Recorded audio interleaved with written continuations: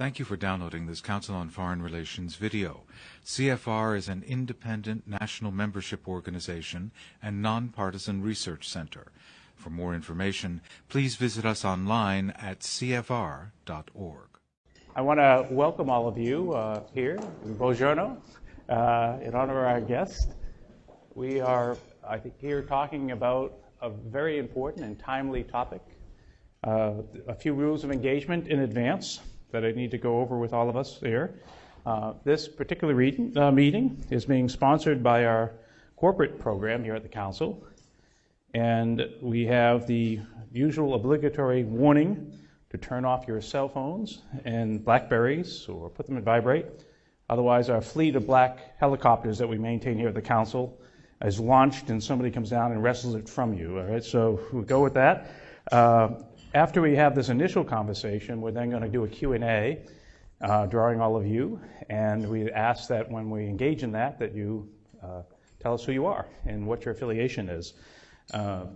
So let me begin and first introduce our guests, which we're so delighted to have here, maybe with a little bit of jet lag on our rainy day here, but Massimo Sarmi is the Chief Executive Officer of the Poste Italiane, where he's been in that post since May of 2002. Prior to that, he was involved in the telecommunications industry for many, many years.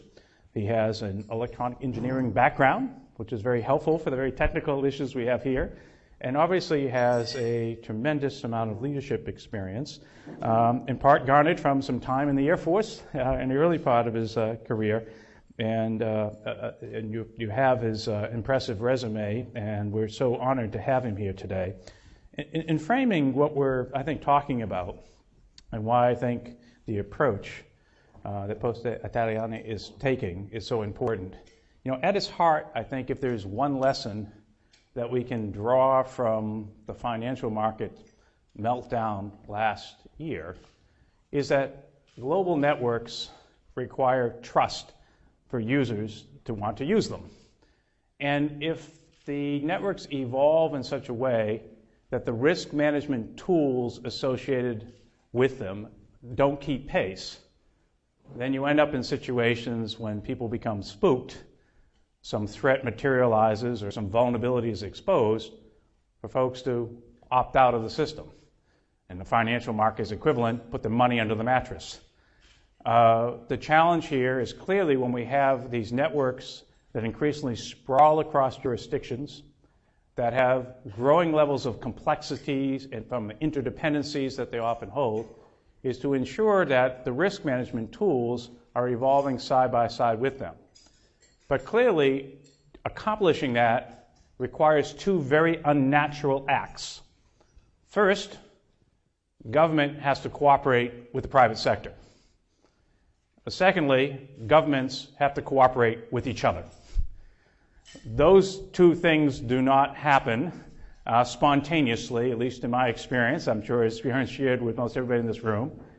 And the challenge here when we're managing something of a global scale is you not only have to do this episodically, you have to do it as an ongoing enterprise. What has been missing, I think, so much in the area of cyber is figuring out a way in which one can do that. And I know that's in part why Mr. Sarmi is here today, is to talk a little bit about the leadership that the Poste Italiane is trying to take to this problem. And again, we're very delighted to have you, sir. So let's begin by perhaps you're offering some comments here for us to mull over, and then we'll come back to you with questions, okay? Thank you, sir. Oh, thanks a lot.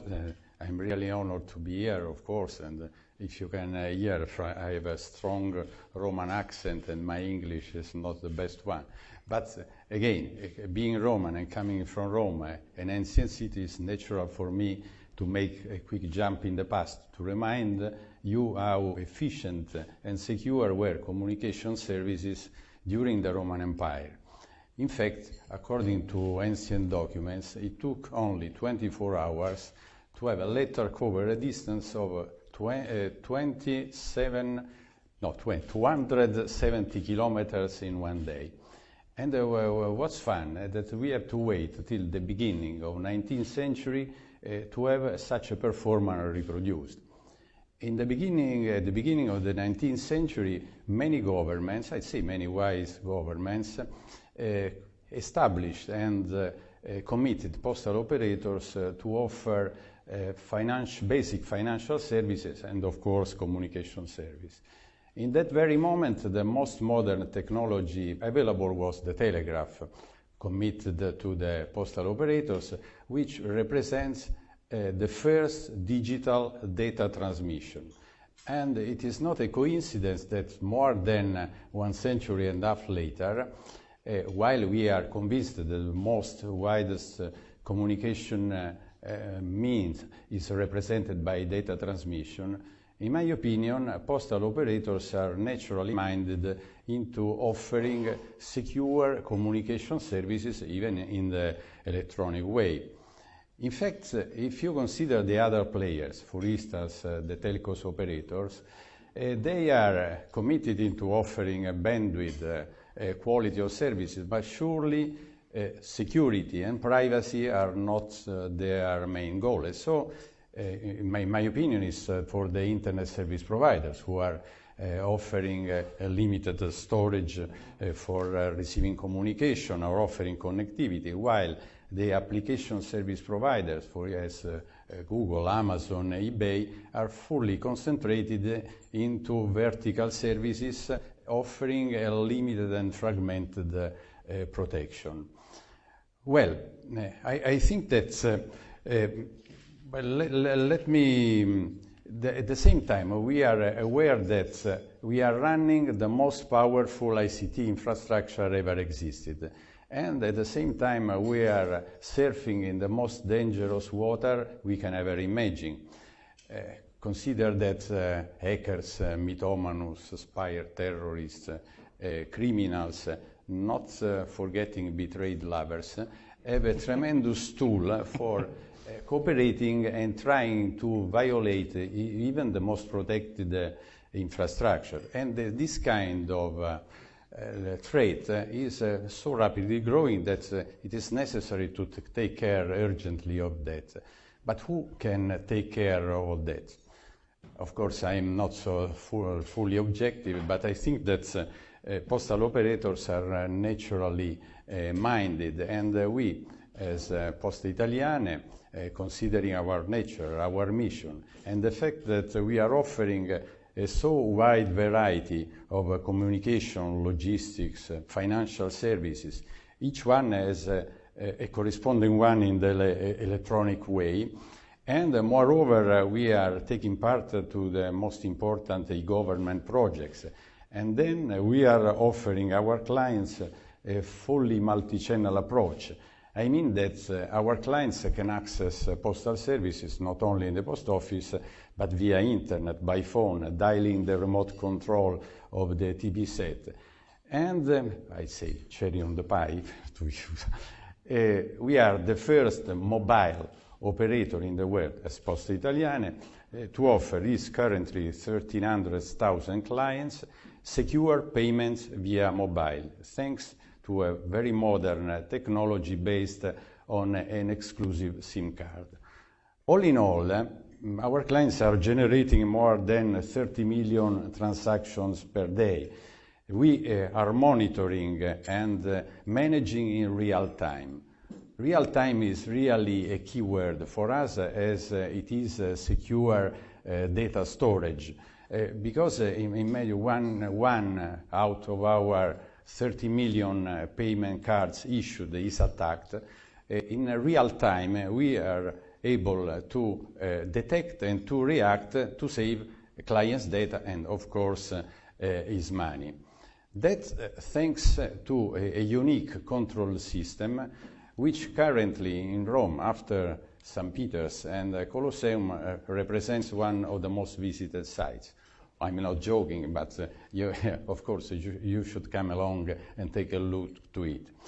But of course we are fully aware that we can do all by ourselves because of the globality of the net. the cooperation is needed, and considering the fact that now internet is unique but made of millions of networks, generally owned by private sectors and independently managed. And what's more, what seemed at the beginning an advantage as anonymity, now it reveals as a real Achilles heel. And then, to cover these issues, what we did up to now. At the beginning of this year, we started working to a new form of partnership involving organizations who share our same problems. We called it a mega community for cybersecurity. And one of our first initiatives was to set up a European electronic crime task force whose members are Poste Italiane, of course, the Italian state police, and I'm honored to say the US Secret Service. We were admitted to take part to the activities of the New York Electronic Crime Task Force. At the same time, we were committed by the Universal Postal Union, which is the United Nations agency which groups all the postal operators in the world, to work at the creation of a top-level domain in the internet named .post.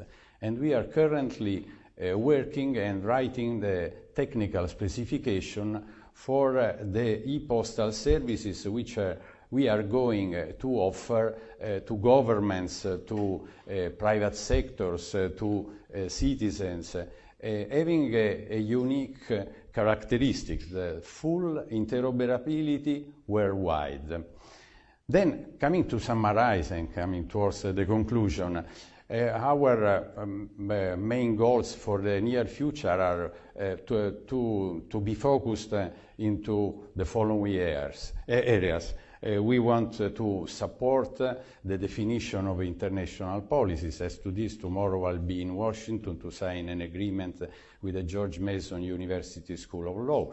We want naturally to promote international cooperation, to try to better coordinate applied research, and naturally to improve education. We need technicians, and not only, but managers with this specific skill. What we are offering and will offer is our continuously growing capability, operational capability in the management of what is currently the biggest service provisioning system of our country. It's really a living lab we offer to the researcher of the international community. Well, coming really to the conclusion, I think that naturally we are close to our clients. We get in touch with millions of them every day, and we want to be considered, even in the internet era, the trusted third party which ensures secure communication, logistic, and financial electronic services. Thanks. All right. I hope I didn't ruin your digestion. Because Thank you. Thank you very much for that wonderful overview. I wonder if you might share with us at the start your experience advancing this concept. What have been the biggest barriers? What have been the biggest challenges with getting progress on this important initiative? I think even if we manage such a variety of contents, because it's difficult to have a company which is passing from logistics to payments. We are imagine the first retail bank in Italy, even if we have not a banking license. It seems strange, but we are allowed to offer financial services, but we can't offer credit risk. And at the same time, we are number one in terms of current accounts opened. We are number one in Europe in the area of the prepaid cards. And despite of the fact that internally we have to put together all this kind of different culture, externally we are submitted, as you can imagine, to the huge the biggest variety of authorities you can imagine. We have, because running telecommunication, we have the authority of the communication. Running financial services, we have both in Italy there are at least three or four, one apart of the most general antitrust, which are pushing us to be effective and precise in the flow of our activity, our services. So the biggest difficulty is expanding this concept externally to put together at least the major players which can influence in that very specific case the use of the internet. From where you got started when you first arrived at your position in 2002 to where we are today in 2009, what is your sense of the threat for the exploitation of these networks by the criminals and potentially even the targeting of these networks in the terms of a form of warfare, which obviously is starting to get some higher profile? It is fun, but the more we were able to modernize our infrastructure, the more we were realized that we were open to risk. Because currently, I think that the majority of us is aware of the fact that if there is a critical infrastructure, we have to protect it.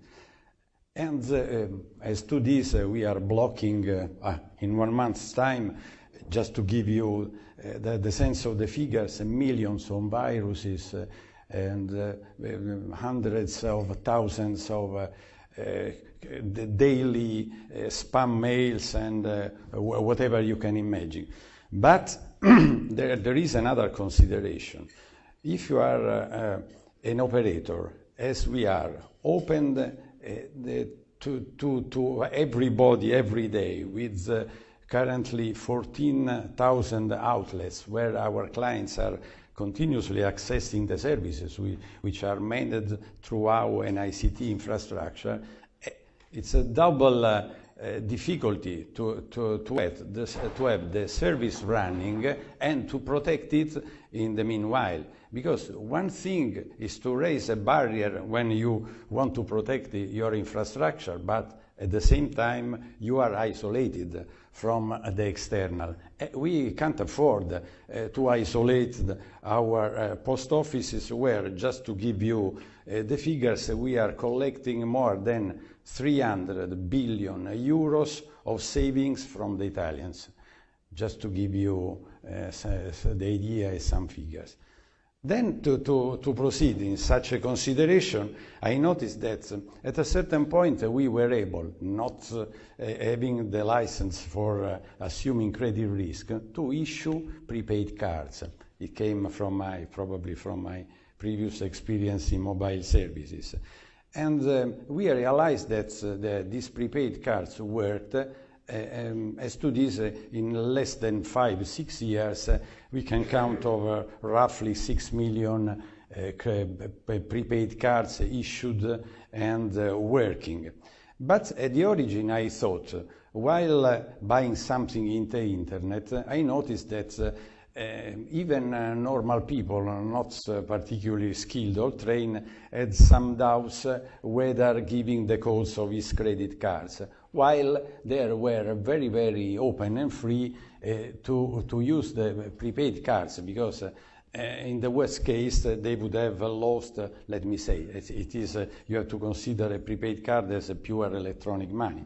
So you have $200 or 200 euros in the prepaid card. They use it for small expenses. And at the beginning, we were not attacked at all. Now, in 2-3 years' time, we realized that also our prepaid cards are attacked with a very sophisticated technique, in the sense that it is not the prepaid card, but it's the fact that the owner of a current account whose identity was stolen, he used as a mean to load some other prepaid cards, open in that very moment from these brilliant inventors, I'd say criminals, to transfer the money from a current account to the credit cards. So I realize that this is only an example, but to show you how these gangs, criminal gangs, are fully organized. Consider that, if I'm not mistaken, our criminal champion now, the scene is the following. Somebody, throughout a phishing mechanism, is stealing a poor client's ID. Then there is another group of people who's accessing various post offices for opening prepaid cards. And then somebody else is moving money from the current account of the poor guy to these prepaid cards. Tell you how much time our best practice needed to put in place this mechanism. 50 seconds. Wow. So, luckily, it's not a word of champions, but in any case, we have to be really worried and to pay the utmost attention to these, let me say, more sophisticated events which are occurring, I underline, in the area of services. It's not a question of protecting an infrastructure, but protecting the clients while he's accessing normal services. Very good. I'm struck when you were saying the inherent tension between the protection mindset to sort of lock things down, build walls, and providing a service, which means you must make it convenient and open. That may also be a bit of a challenge in terms of how we're managing this threat. The instinct of law enforcement and certainly our defense community is to classify things, is to keep the cards close to your chest so that the bad guys don't know what you're up to, and also because you don't want to expose vulnerabilities and so forth. As you forecast forward, you're working with law enforcement agencies who have that kind of mentality. That has been pretty much the dominant approach inside the U.S. The people really understand the problem, don't tell anybody about it because they can't. Where do we go on this tension from your perspective? Do we go more towards an open architecture, or do we end up trying to quietly work behind scenes, essentially with professionals, to try to manage this concern? But I think that your vision is, in my opinion, is a correct one, because you can manage both of the behaviors, in the sense that there are things which can be shared openly in full continuity between private sectors and law enforcement agencies. There are activities which, let me say, are probably preliminary ones, where we are aware that we have to provide information and then they have to make investigation. In the sense, when I said with a personal way of thinking, a living lab, I mean that in our systems we registered every day whatever you can imagine. Apparently are normal functionalities, but for somebody who is skilled and who is trying to follow a link, are useful information for analyzing and finding out if there is a structural crime behind. So at this point there should be a sort of a barrier. We can offer information and receive useful information. What's characterizing the law enforcement, of course, mine is a very superficial opinion, but you know that in Italy there are many organizations involved to cover this area, because there is the state police, there are carabiniers, there is another institution which name Guardia di Finanza, finance. So we having a mission basically into the analyzing financial trades. And so it seems to me similar in the US. So my question is, what is going to happen between them? Because from our side, we at a certain point chose by law and by natural cooperation the Italian state police, because they, according to a law, an Italian law, they are in charge in this very moment for electronic crime.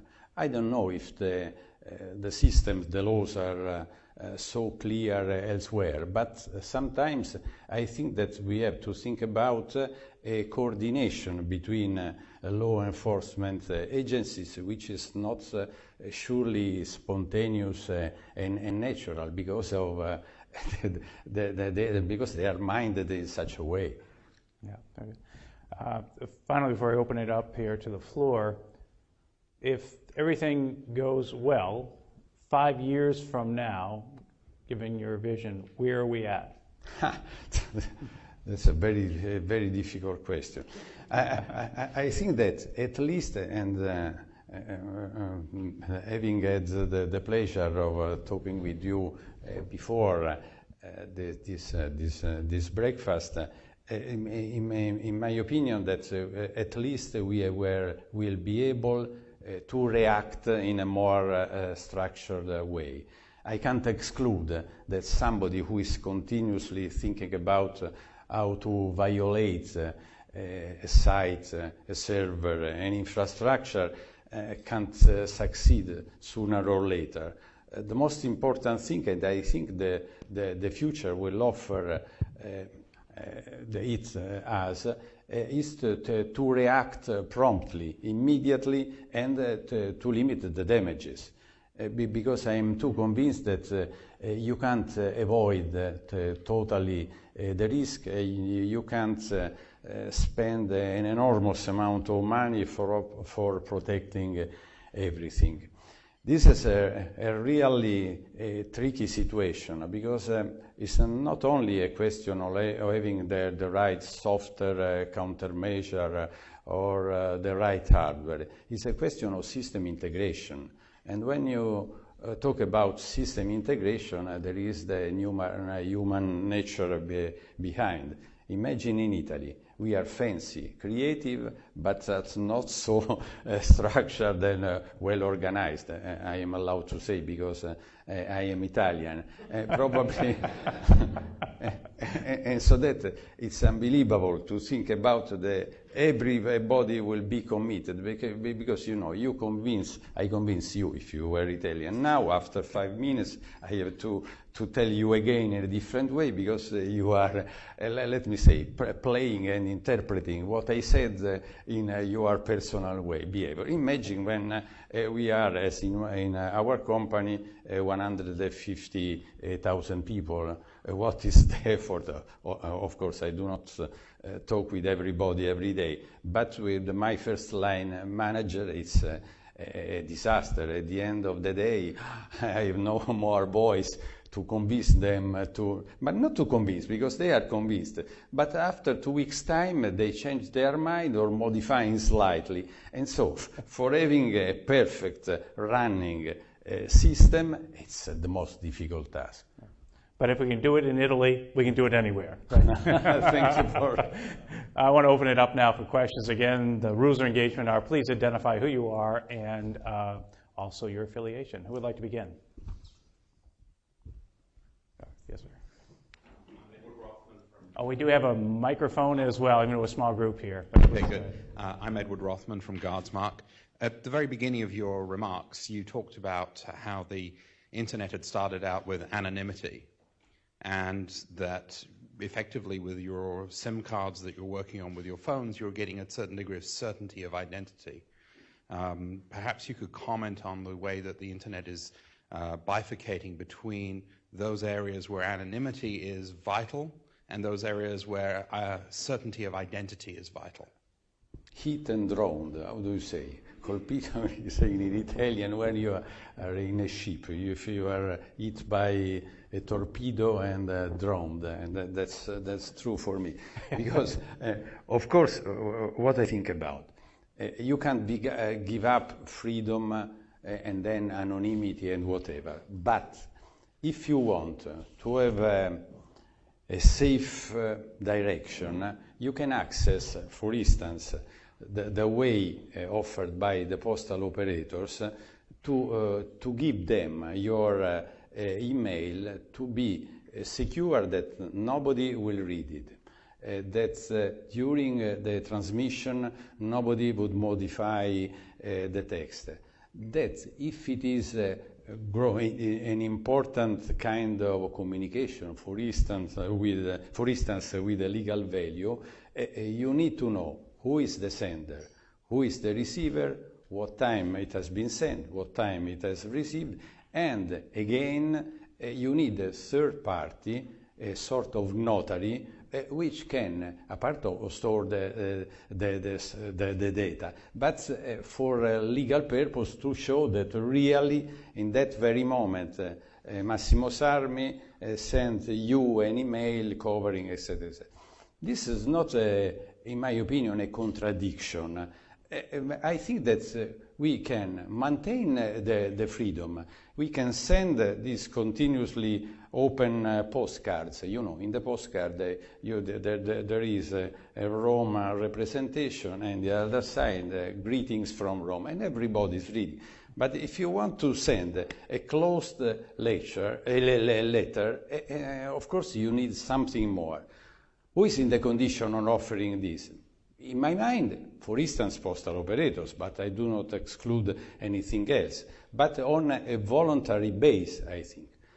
Another consideration could be, as to our activity, and while we are not able up to now to dematerialize the parcels, somebody will send sooner or later a parcel to a physical address.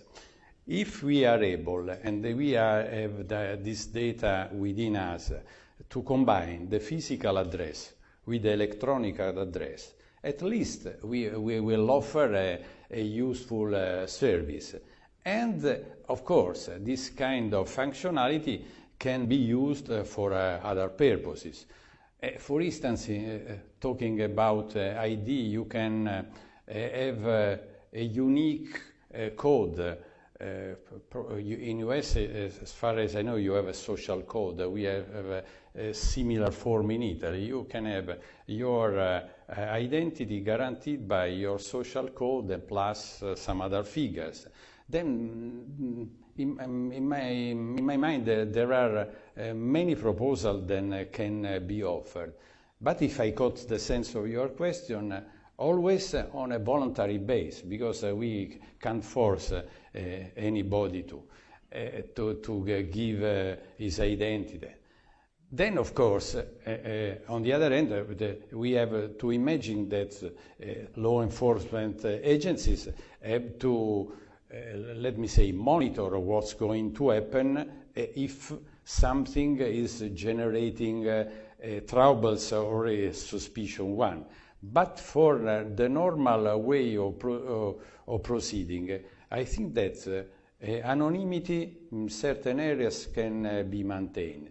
But if you want to cover more important features, it's better that you ask somebody, an authorized operator, a postal operator, to take care of that. Another question. Yes. A microphone coming to you. Okay, thank you. Alessandro Gazzini from Booz & Company. I'm interested to know that from a technical level, there's a lot of people working, professors studying, researchers on this topic. But what's your impression, and I would ask the question to both of you, from a political level, the level of maturity on this topic?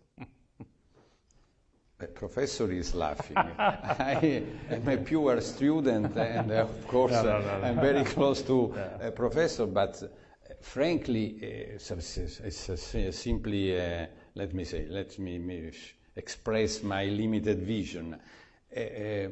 I told in advance that, in my impression, the governments are starting to understand and to deepen what does it mean to protect critical infrastructure. They have no slightest idea of what's going to happen if you do not protect services.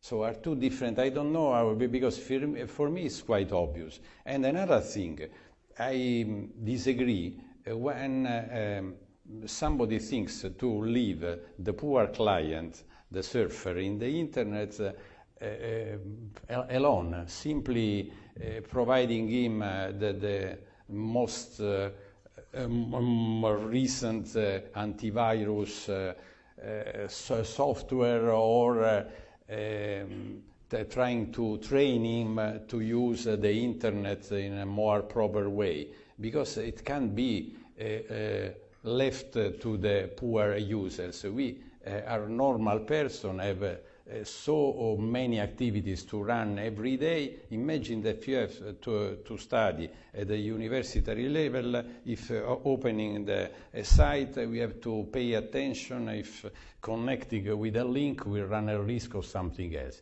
There should be somebody else who take care of that. We can't leave the clients and the users alone.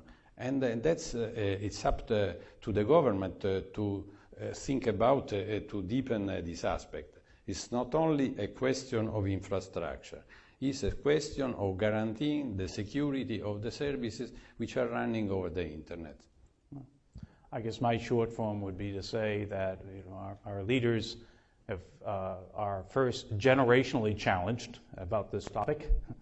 Secondly, they're technically challenged. Most of the folks who are in the driver's seats of our organization don't have the kind of engineering background that we're talking about here. And probably most importantly, they're jurisdictionally challenged. They tend to think things only within a narrow set of functions or a narrow set of organizational span of control. The good news, I think, is that there is real recognition within, I think, the Obama administration that they have a problem. The challenge has really been trying to figure out how to manage it. And I think this is why this kind of initiative is so important. There's a lot here where I think too much in the US, we tend to want to be in charge.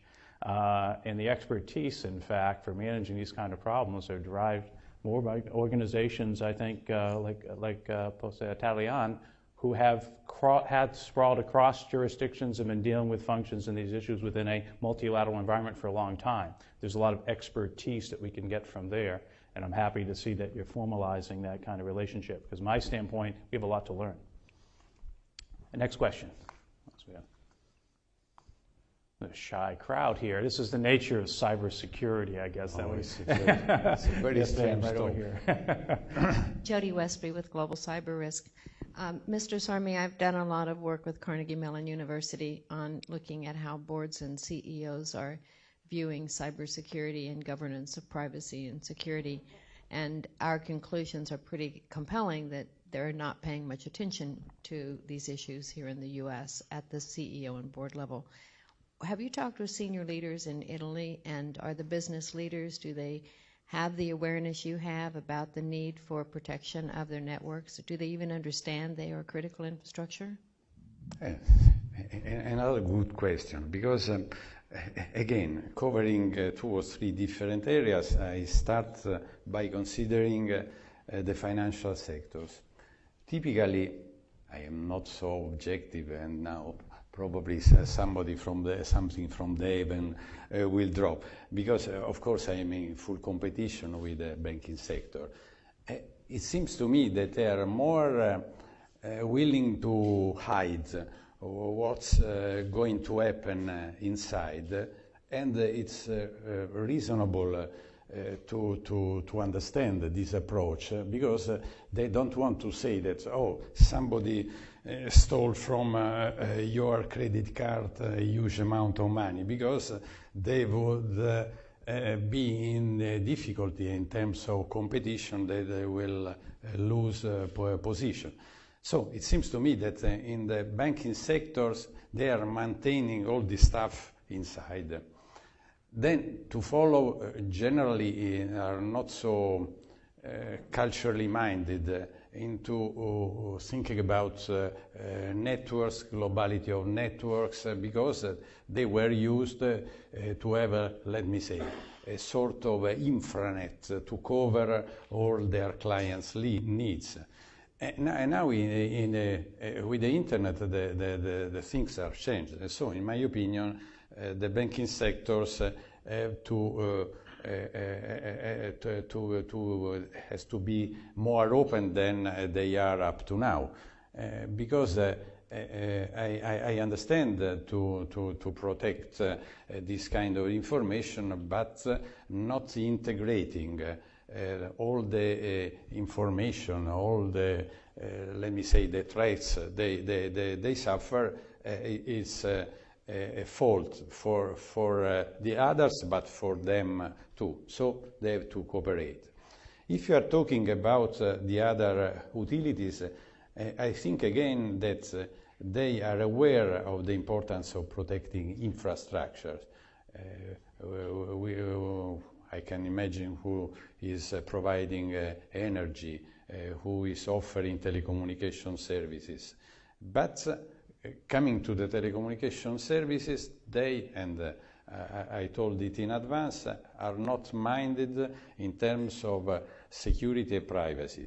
I can say it because running the mobile services in Italy, when at a certain point the technology allowed to clone one mobile phone, we were in the 90s, and in practice you had your phone and another your clone talking all over the world, and the payment for that calls were on your bill. So immediately I understood what that meant in terms of security. Then there is another crucial aspect, which is privacy, because I remember at the beginning, one for legal reasons, the judges in Italy asked for having the printed records of the tracking the communication from a mobile to another one. I as first installed some areas, protected areas, where the law enforcement agencies could access without violating or running the risk that somebody else will introduce and listen to your conversation if you have a lover somewhere else or something similar. So I think that again there is no this full knowledge of the risks we are running currently. Maybe I could follow up on maybe the other side of the equation. We have in fact downstairs, maybe folks picked it up on the way, but an article just out by General Wes Clark and Peter Levin on the warfare dimension of this. A lot of what you've been dealing with clearly has been the exploitation of the internet in various cyber activities to primarily around crime. But there is obviously a growing concern that this network will be used to either deny services, and obviously we have examples of this, but also to increasingly attack civilized nations. Is there a growing recognition that you're seeing within government and then within the broader sort of national security community about how important this issue is? I think it's, of course, I do not consider it my first concern, because I am more willing to secure my clients' transactions.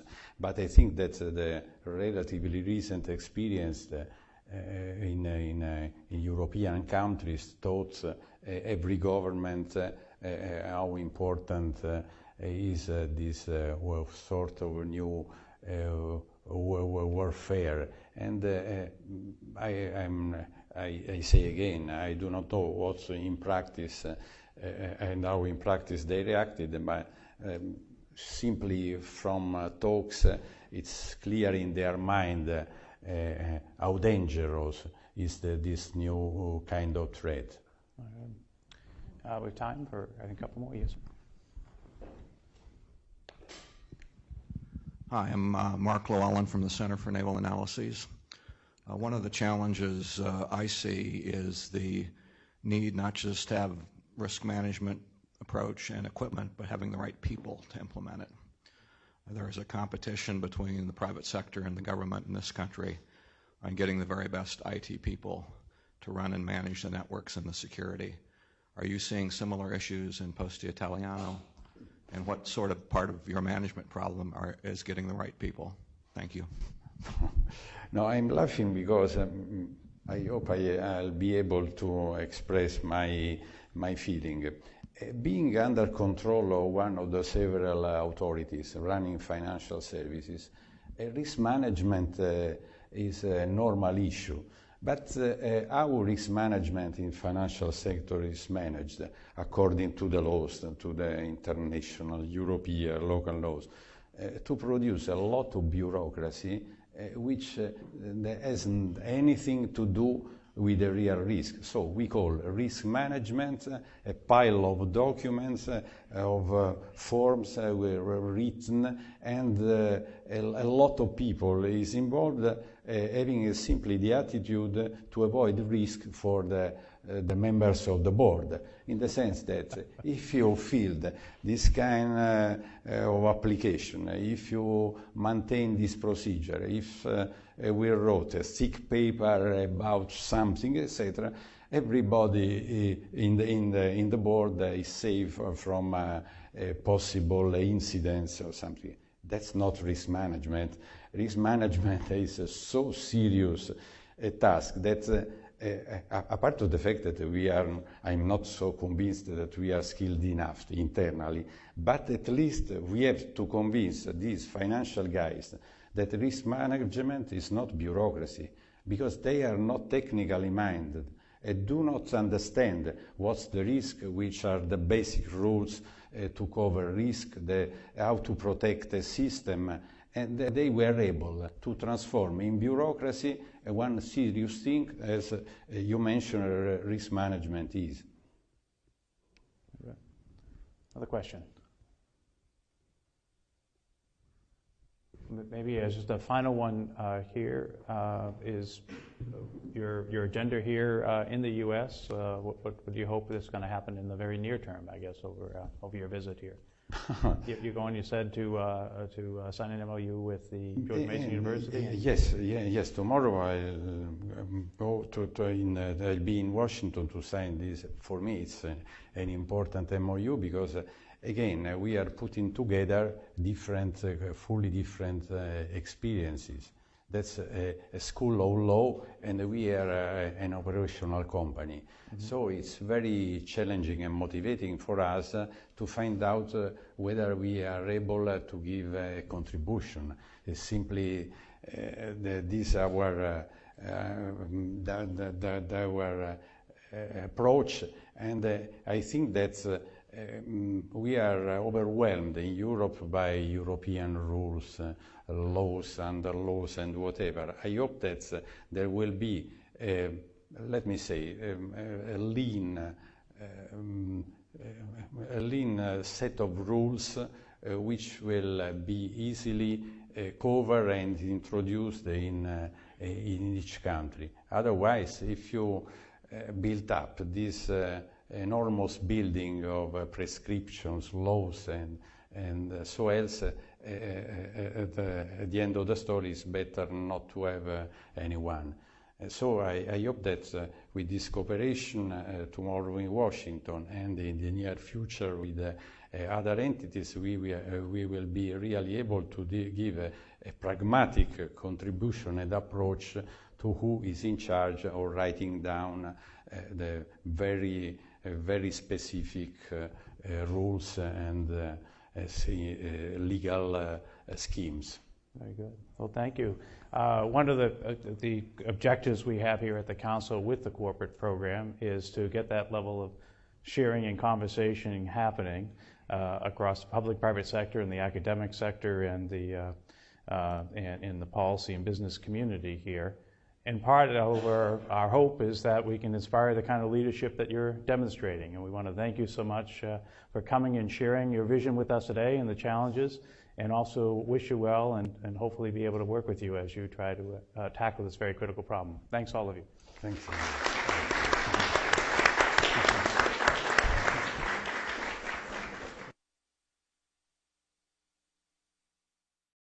Thank you for watching this Council on Foreign Relations video.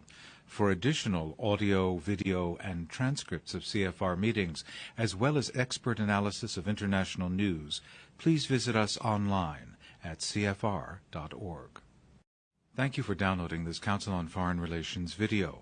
CFR is an independent national membership organization and nonpartisan research center. For more information, please visit us online at cfr.org. I want to welcome all of you here. Buongiorno. In honor of our guest, we are, I think, here talking about a very important and timely topic. A few rules of engagement in advance that I need to go over with all of us here. This particular meeting is being sponsored by our corporate program here at the Council. And we have the usual obligatory warning to turn off your cell phones and Blackberries or put them in vibrate. Otherwise, our fleet of black helicopters that we maintain here at the Council is launched and somebody comes down and wrestles it from you. All right, so we'll go with that. After we have this initial conversation, we're then going to do a Q&A, drawing all of you. And we ask that when we engage in that, that you tell us who you are and what your affiliation is. So let me begin and first introduce our guests, which we're so delighted to have here. Maybe with a little is figuring out a way in which one can do that.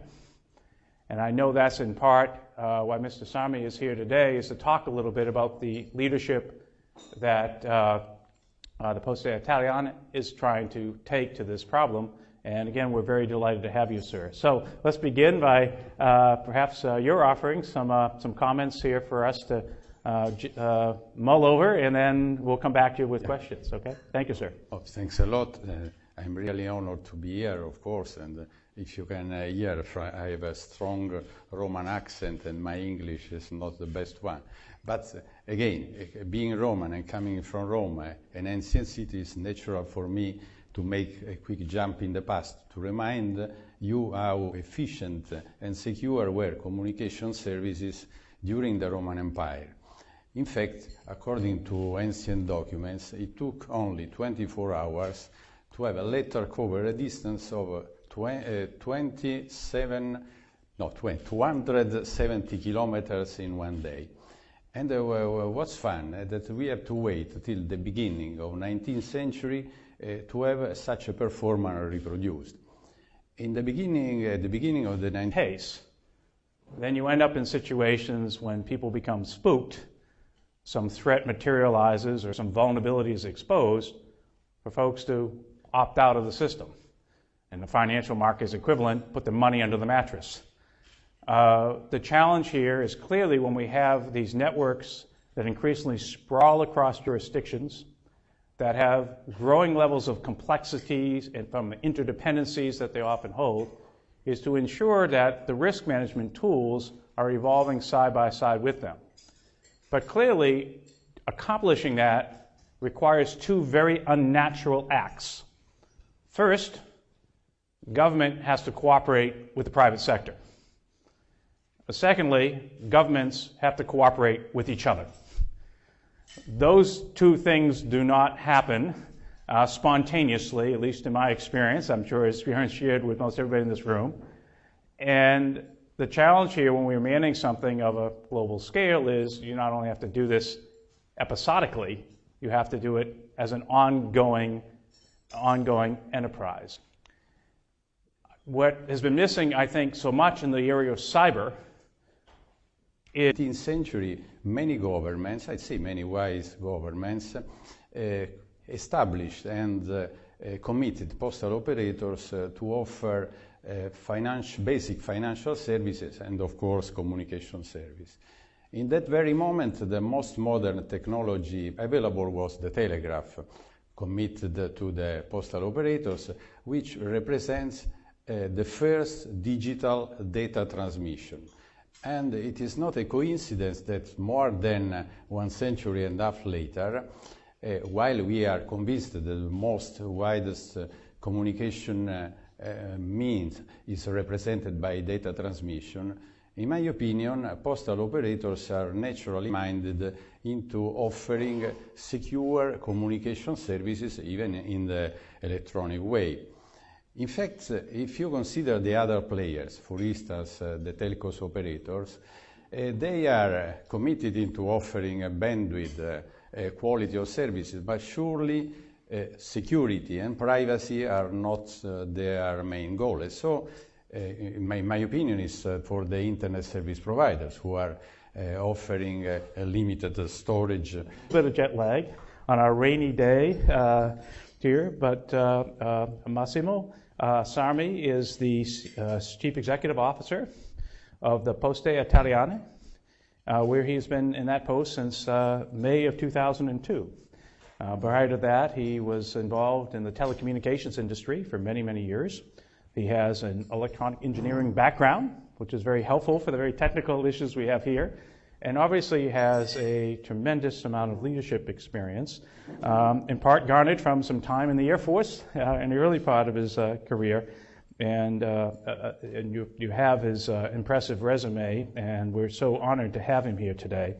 In framing what we're, I think, talking about, and why I think the approach that Poste Italiane is taking is so important.